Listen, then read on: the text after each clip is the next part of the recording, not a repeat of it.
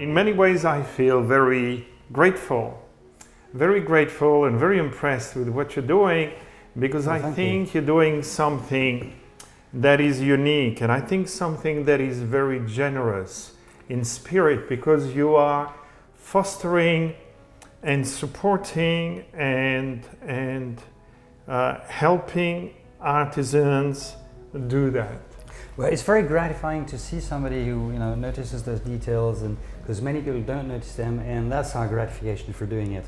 You were mentioning earlier that the artist was sometimes less discreet than the artisan, and to use a very blunt image, a very beautiful artisan is like a train on time. You never notice. Yes, but that's what I mean. But you feel good. You do. feel good, and when you're in an environment where that piece is perfect, you don't look at it every time saying it's perfect, you just enjoy being there. And we had a problem with that piece, which is a very famous piece. And of course, the original everybody knows is in Fontainebleau. So people walking by this quite wealthy area stopped, looked at the window and thought, a new antique shop. But how come they have that? So we had that problem. So to explain that we were not an antique shop, we used what you were saying, the tools we have there. Yeah. We've done a whole wall of tools to show that we are actually craftsmen, and we made a point of finding the weirdest and funniest tools they were actually using in the ateliers and saying, can we borrow one of them to do a wall? I don't know if you noticed. Yes, I did, absolutely. And so people walk by here, say, another antiquarian. Oh, do they actually make it? So I'd like to now have a look at this piece over here, which is a beautiful example of the marriage of glass and metal, and a beautiful sort of early Art Deco piece, and with beautiful contrasting color. And Art Deco was very interesting because it was a break from the sensuality and curviness of the earlier styles. And it was the first time, starting in the late 20s, where it was heralding modernity. Mm-hmm. So it was a time in the arts, from Mondrian to so many artists, about going into a new direction and breaking the mold of the shapes, of the curves, and doing something that was much more structured. And this is a really beautiful piece. That's by a very young designer, actually, Guillaume Collin, who's a very talented young man, won a prize with that. And the brief was that we said to a group of young designers, we've got all these artisans, you've got to use at least 2 of them to make an original piece that was never made. So he said, okay, I'll select the glass and the bronze. And that is actually done by the bronze maker who does the classical piece, who does all that. Wow. And by the stained glass maker who is used to restore antique churches. So you can imagine what they do when you push them into more contemporary things. Yeah, and it's great that you do that. I think when you first explained to me your business model, your strategy, I was amazed, because from what I understand, what you did, you contacted all these artisans, all these workshops, and you actually sort of invested in their business or bought their business, and then you supply them with work, with support, with new designs. Well, not so much new designs, because they design themselves, but we put them together with designers. We are not designers. Of course, we've got our own study, but we just organize, try and make them work together, facilitate creativity between the artist, the artisan. So it's a bridge, or more like, I think, of an aqueduct, because a bridge is a dry thing. An aqueduct brings something across to the artisan, and it's their livelihood. Because one of the things I find interesting is that the very quality of humbleness that makes an artisan so unique and so devoted is also a quality that stops them functioning in terms of promotion and marketing. And I've noticed myself trying to help artisans how often they don't know and they don't want to and don't have the time. And so in many ways you are this bridge who has revived. Yep. Surely many of the workshops had difficulties and you assist them with. So you liaise with private clients, with interior designers, with architects, Yep. with restoration departments. And it's the first time I hear of this. Other people do it because it's very important, but some of the very classical craftsmen say, "You sure you want to do that? So, is there a market for that?" Maybe not, maybe yes, but we're sure of the beauty of it and we trust very much the designer has done that. In the Rue de Rivoli, the Museum for Decorative Arts, the very famous museum, there was a show in 2013 and two architects and interior designers asked us, "Can you do pieces for us for the show? And we'll just show them in a quite extraordinary scenery." We did that, and then when I went to the glass factory with one of the artists, one of the designers, the Alain, who's now not there anymore because he retired 2 years ago, said, "It's a beautiful drawing, but it's a drawing. I can't do that in glass." And we said, "Well, just forget you can't do it, just do it." But to whom are we selling that? We're not selling that, we're exposing it. Okay, but I can't. And then I said, "Well, try." And so I left him with the designer. They spent an afternoon together. Turned out to be that. Oh, the wow. yellow one. That's beautiful. And it's now, it's been used as a prototype for doing the new cognac shop in the most famous Paris hotel in the Crillon. Yeah. So that window is in Tristan Ware's room, but it's also in the office, but it's also now in a bigger shape in the Hotel de Crillon. But when the guy saw that in the beginning, he said, "You can't do that because you can't have inclusions of brass within stained glass and do an acid sketching on top of it." But he did it. So stretching the possibilities and bringing the craftsmen, the Yep. artisans into a more contemporary setting. And Not forgetting the traditional way either. not forgetting, because that is where the quality comes from. Absolutely. And so one of the questions I wanted to ask you is, in some ways I think what you're doing may be the future of fine craftsmanship. But if I was to ask you, what do you see as being the future of fine craftsmanship, of, as the French say, l'artisanat? There's some key points. One of them is to make sure of the transmission, like a patina for bronze. Nobody will ever tell you what he does to do an antique green. Not that he doesn't know, or not that he doesn't want to tell you, but because he's got 20 bottles somewhere and he knows he must need a bit of that, a bit of this, and a bit of that. Doesn't even know what it's called, but he knows how to do it.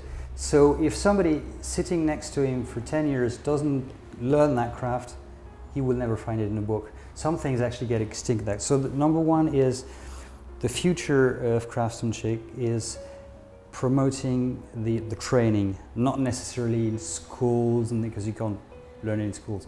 Promoting the training and respecting more of the people who do that. I believe somebody who can do a beautiful table should be as respected as any film star or football player. Absolutely. Not that I have anything against football, but I don't see why doing a beautiful goal is not, scoring a beautiful goal is superior to doing a piece like that.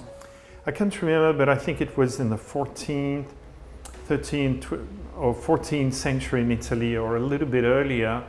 They had forgotten how to build cupolas of churches and so on, and So they were trying all these things. Oh, you fill them with earth, and then you dig the earth out, and so on. And so one of the things is keeping the not only the fabrication secret, but the training. And there's an economic issue behind that. One of them is that, of course, some people prefer to have businesses that are more lucrative in the beginning. So you really need somebody passionate. But also, when you have somebody who's been hammering a staircase like that for 40 years, he does it 2 or 3 times quicker than a young apprentice. But you have to remember that that guy has been in a practice. So of course you can keep people that are more and more skilled and trained. But if you do that in the end, if you don't invest in training other people, you have a problem in the end. I believe the very future of that, especially in France with the laws we have and all the tax system and everything, we're a very generous country. One of the issues is to really not try and compete with each other by not doing the little edge you were mentioning earlier, or doing a little bit less of gilding, because everybody playing that race loses in the end. The very future of craftsmanship in France, where we're lucky enough to have some of the best in some trades, is to always refuse any compromise with quality. Now, the other issue is to find the clients who understands that. Yeah. And some clients are extremely wealthy, don't understand or not interested in the subject. Some are very wealthy, don't understand, but love to learn it. And some are very well advised. And again, it's a question of bridges. So you're talking about an educational process, which is interesting because in some ways I feel this is my life's mission. This is what I'm doing with you now. And this is what I'll be doing when you kindly offered for me to go and visit some of your workshops. This is what I've done for a long time, is to try to explain, educate, and inspire. Inspire on, and I think it goes beyond having just a beautiful object. I think in the much older days we had, most of the world had a strong religious experience, and that is what gave meaning. And now that is sort of, in a sense, gone. We still are looking for meaning. And I feel that the time is ripe for a new ecology of consumerism that isn't based on the $2 shop, which is the worst of the worst, and that to have something that's been beautifully crafted, and maybe you go and see a craftsman and you tell them you want to do a present for somebody. You tell them something about the person, you give them a bit of freedom, a bit of direction, and then they create this object for you, and you become essentially the guardian. And the person, either for yourself or you give it to, you can feel the transmission of the person's soul, the spirit. You can feel and hold the history and tradition of that craft. You have in your hand, in a sense, the essence of the refinement of Western culture. You have your cultural heritage. And I think that, and in some ways I think, and particularly in Paris, the luxury houses, in a sense I feel they kind of offer an illusion of fine craftsmanship. And people spend, I was reading about a handbag for $20,000-$30,000, and somewhere it said it was made in 30 hours. Now that's a lot of money for the company, and in some ways it's good because they're keeping a certain quality of craftsmanship, but at the same time I think it's a false promise. It's a promise of refined craftsmanship, but it's more about a brand identity. And I think the real craftsmanship is in a place like this, is in visiting a craftsman that does really fine work. But also the clients we have come back to more meaning.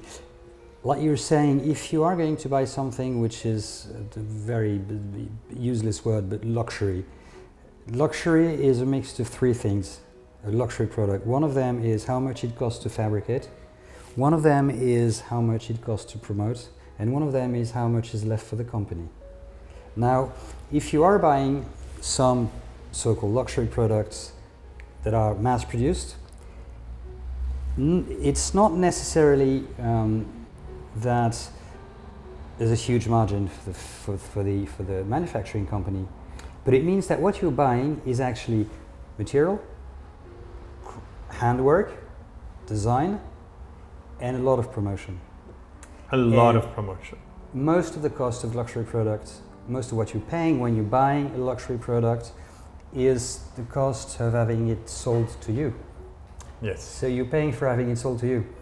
So it's, again, not as antithetic. I mean, you can't say there's the good luxury guy and the bad luxury guy. The good luxury guy, he does only craftsman and he doesn't do promoting. By the way, we don't buy any page of any advertising of any kind. Never. Because if you start the necessity to pay to explain you the best, then why would you pay to say it if it's true? Absolutely. That's a wonderful statement. But the other thing is, when you actually say there's the good guy who does the advertising and tells you in his time, etc., and the bad guy who does it's not that easy, because as I was saying, one of the issues is the economics of the craftsmanship and the economic difficulty in which they are. So for that, you need large industrial corporations that respect the craftsmanship, which is why a lot of French groups do actually mass production of some products, but do actually also help a lot with not subsidizing, but sometimes buying out or preserving or helping or creating prices or giving visibility to craftsmen. For two reasons. One of them is because they believe it's the essence of our country to be able to keep luxury production, so they need to do that. And the other reason is because they also need to remain involved in real luxury things. I won't mention brands, but of course there's a famous handbag brand who does beautiful handbags with beautiful leather, and I respect them very, very, very much. They pay for promotion, even though, according to what I told you, they shouldn't, because they obviously do the best. But these people have a great respect for traditional craftsmen, and they preserved some of them. There are also foundations by companies, yes. I won't say the names, but you know, the big foundations. Yes, I know. Those are very useful. Yeah. They give prizes to young people, and so there is a bridge to maintain between those two. There is a bridge. I guess what I would like to see is, I would like, a lot of people believe in the beauty of fine craftsmanship. And what I would like to see is, when they need to buy a beautiful gift, is that they go to a craftsman. And do their custom thing. 90% of our production is is custom. But you see, we see a lot of people who already have the car, I won't say the brand, the bag, I won't say the brands, they've got everything of that. And they come to us sometimes, or if in some countries where they always have an interior designer, they come to their interior designer and say, okay, we all have the same things. We've all paid tremendous lot of money. Okay, one of them's got the mother of pearl one, the other one not, so I'm more expensive, but still, they have things that are more or less similar. And they're sort of climbing up. But there's sometimes these people who spend a lot of money, and that's very important for us, that they start getting real meaning in their purchases, say, actually I want something different. I want something done for me. I don't want something that comes from a factory. And that is in many ways the spirit of craftsmanship. Absolutely. And I would like to ask you now, what advice would you have? Obviously, you as someone who has delved very deeply and invested a lot of yourself in understanding the process of craftsmanship, understanding how commissions can come about, and creating a network and a support structure for craftsmen. What would your advice be for a craftsman? to see, to look at the young generation of creation, to always think of how can I marry what I can do with what he thinks, to try and promote what you were saying, all the little details, because lots and lots of people now do beautiful production on iPads without caring whether they can be made or not. So my advice would be that for his own sake of keeping his public alive, he never thinks, I've always done the Louis XVI, so I will always do the Louis XVI. Because you have to remember that, now some people say what they do in some Eastern countries' palaces is very nouveau riche, very ostentatious, but what was more nouveau riche, more modern, more innovative, and sometimes more blunt than Versailles or Fontainebleau? At that time, that was new, extremely ostentatious, extremely daring creatively, and some people say, no, I want to stick to Louis XVI. Well, yes, but it's been modern one day. So if you are not modern today, you will not be classical in 300 years. So what you're saying is your recommendation, your advice to a craftsman is to say, get in touch with designers and open yourself up to within your craft and to collaborate with others to create new things, to keep that craft alive. And to also explain to them how you work so that they don't forget either. Yeah. Okay. Some designers have got very modern ideas, and then when they talk together they can find interesting ideas. One that I respect very much, Jean-Marc Gady, a designer who's done this bench that I was showing you. Yes. Came to us with a drawing for a how do you call that, a commode with 3 feet, and we said, well, that doesn't work. He said, well, it will work, and the cabinet maker and the designer took together and he did that, and it's got 3 feet, but you can sit on it. Yes. It's never going to bounce. Why? Simply because one of the drawer is replaced by a massive lead to do a counterbalance. So there's 1 foot missing and nobody cares. So if you come and see a traditional guy and say, I want to do that, no, you can't, because there is brass and glass and it doesn't work. Yes, you can. So what you're saying is to retain the traditional craftsmanship, the traditional training, but to also apply it and to push the boundaries of design. Yep. Now, if I was to ask you now, what advice do you have for interior designers and architects who want to work with artisans? What would you tell them? I don't think I'm in a position to give advices to architects or designers, because we are craftsmen, we do our modest work, and those people are very creative. How can they work better together? What would you tell them? Because the artisan, one of the problems they have is their ability for clear communication. Yep. Relating to a project is not always optimal. No. So what would you say to interior designers and artisans will make it easier? The first thing that I would recommend, if I could recommend something, is that everybody who really wants to do something exceptional needs to spend a lot of time in workshops, just to see them work. Yeah, just to see them work. Because if you realize how they shade those feet, okay, well, it's done, it's chiseled, it's hand chiseled. But then if you spend an hour watching the guy and you see he does a different gesture here and here, and you ask him why, you realize that you can actually do something with shading and you didn't know before. Like many other examples. If you look at that, how does he do the gold plating? Why leaf? Why electrolysis? How does he actually put the screws in there? Gives you a lot of ideas. And why can he do this and not do that is interesting, because he can actually do nearly everything, but you have to see him work.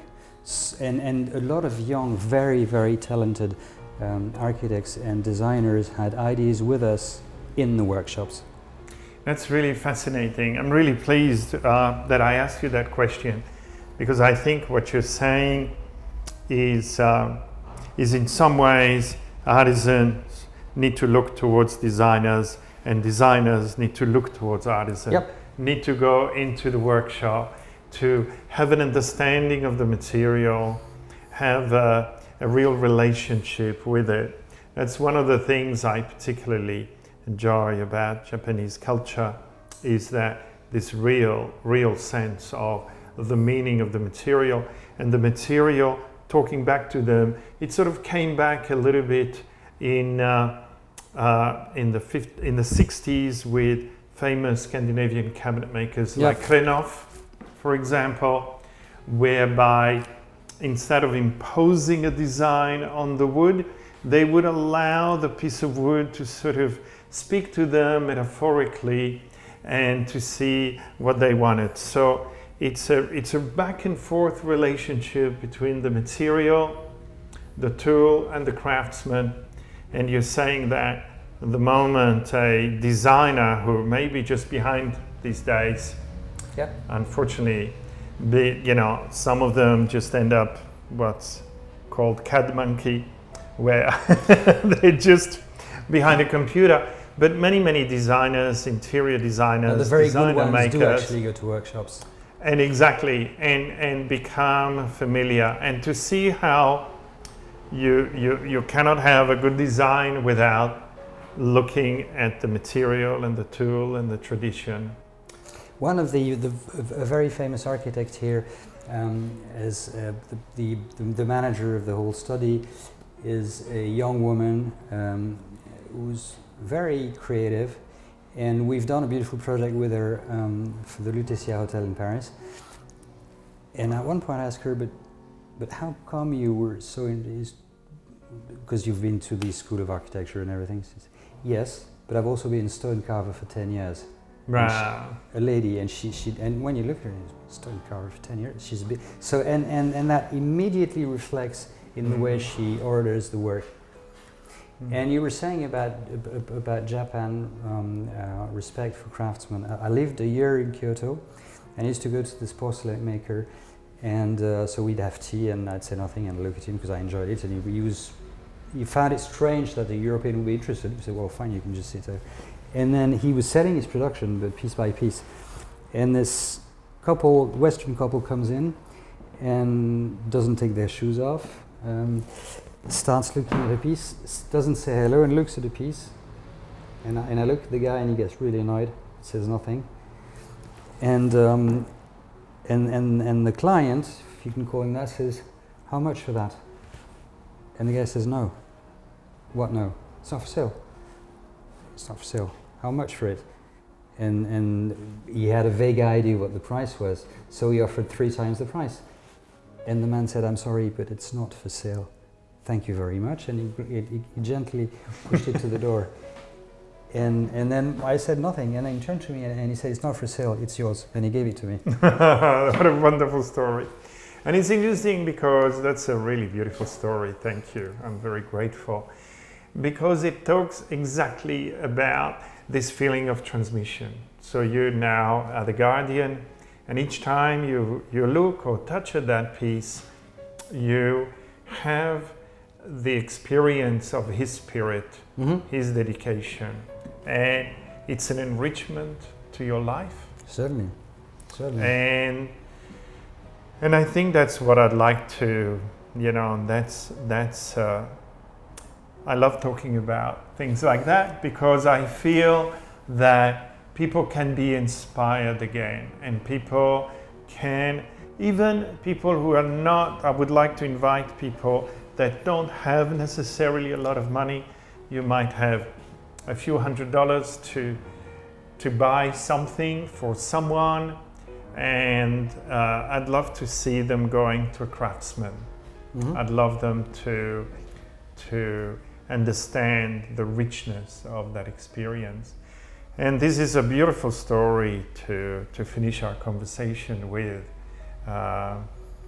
It's truly a wonderful story, and it talks about the spirit of craftsmanship, the l'âme de l'artisan, the soul of the artisan, and how their creation is so beyond a financial transaction, that is No, really... but there is one, and you must not forget it, because otherwise they will die. I know, and I totally agree, but it is both.